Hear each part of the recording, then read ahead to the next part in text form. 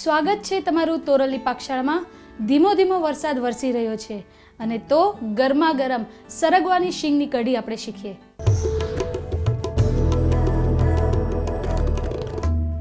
સૌથી પહેલા આપણે લગભગ 100 ગ્રામ જેટલું દહીં લેશું। દહીં લીધા બાદ અંદર અડધી ચમચી જેટલો ચણાનો લોટ લેશું। પહેલા આપણે હવે અંદર લગભગ અડધા ગ્લાસ જેટલું પાણી નાખશું। જાડી અને પાતળી જે રીતે તમારે કઢીની રાખવી હોય એ રીતે તમે રાખી શકો છો। હવે આપણે એની અંદર મસાલા નાખશું। સ્વાદ અનુસાર મીઠું એડ કરીશું। ગોળ છે લગભગ 1 થી 2 ટીસ્પૂન જેટલો ગોળ છે આપણે એડ કરીએ છીએ અને અડધી ચમચી જેટલું આદુ મરચાંની પેસ્ટ એડ કરીએ છીએ। બધું જ મિક્સ થઈ જાય પછી હવે આપણે એનો વઘાર કરીએ।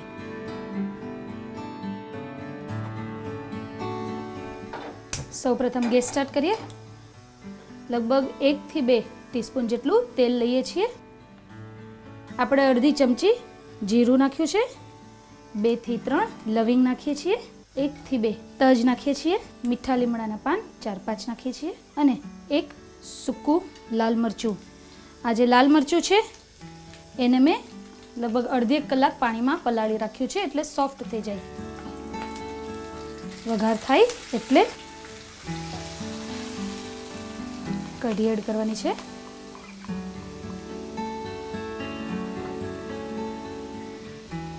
તમને એમ લાગે કઢીની કન્સિસ્ટન્સી છે એ થોડીક જાડી છે તો તમે પાણી એડ કરીને એને પાતળી કરી શકો છો અને પાતળી લાગે તો દહીં અથવા ચણાનો લોટ એડ કરીને એને જાડી બનાવી શકો છો। આપણે થોડીક પાતળી કરી રહ્યા છીએ કારણ કે આપણે એની અંદર સરગવાની શીંગ છે જે બાફેલી એ નાખીએ છીએ।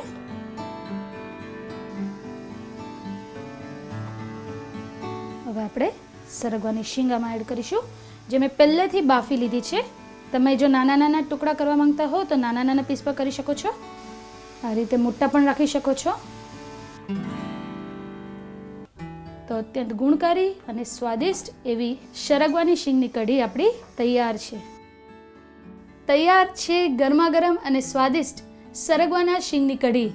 ખીચડી સાથે કે ભાખરી સાથે તમે લ્યો અને લાઈક કરો, કોમેન્ટ્સ આપો અને સબસ્ક્રાઈબ કરો ઇન્ડિયા ફૂડ નેટવર્ક પર।